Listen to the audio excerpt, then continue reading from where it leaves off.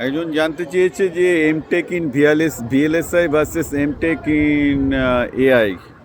ভাই MTech in AI ঢপের চপ জিনিস, কোনো লাভ নেই। তুমি এমটেক ইন ভিএলএসআই করো, ভিএলএসআই অনেক সলিড জিনিস, কিন্তু ভিএলএসআই ডিপার্টমেন্ট ভালো হওয়া দরকার, ফেসিলিটি থাকা দরকার। সেখানে দেখে নাও যে প্রপার ইডিএ যতগুলো শেয়ার কেডেন্সের যে মানে স্যুটগুলো থাকা দরকার সেটা আছে কি না।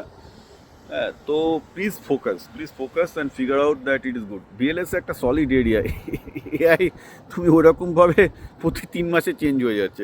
It's garbage to do any BTech or MTech in AI at this point of time. Okay, কোনো মানে হয় না, ওগুলো যারা প্র্যাকটিক্যাল কাজ গিয়ে করবে তাদেরই হবে।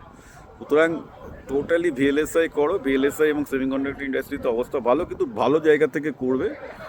যেখানে ভিএলএসআই করো সেখানে দেখো যে প্রফেশনাল ইডিএ শেখানোর মতো লোক আছে কি না। কলকাতায় আমি জানি না, মানে আদৌ ভালো ইডিএ জানা কটা গ্রুপ আছে কিছু গ্রুপ আছে আমি জানি, কিন্তু প্রফেসরদের মধ্যে কজন ইডিএ ভালো জানে আমি রিয়েলি জানি না আশেপাশে। বাট এই নিয়ে ইন্ডিয়াতে তুমি অনেক জায়গাতেই করতে পারো। আইআইটি ম্যাড্রাসে স্ট্রং ইডিএ গ্রুপ আছে আমি জানি। তো you should focus on that.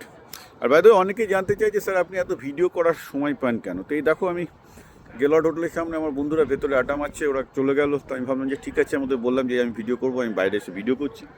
আমি সময় নষ্ট করি না, সোজা কথা। যখনই কাজের ফাঁকে একটু এদিক ওদিক সময় পাই, একটু বাদেই আবার আমি বাড়ির দিকে যাওয়া শুরু করবো ওদের সাথে। তার আগে আমি দেখলাম আমার হাতে কিছু সময় আছে, আমি এখন সময়টার জন্য এই সবার এই মেসেজগুলো পড়ছি। ভালো লাগছে বাইরে, তো আমি এমনিতেও I enjoy outdoor more than indoor. তো এই সুন্দর ওয়েদারে নদীর ধারে বসে বসে আপনাদের মেসেজগুলো পড়ছি, যে মেসেজগুলোর উত্তর দিতে হবে সে মেসেজগুলো উত্তর দিচ্ছি।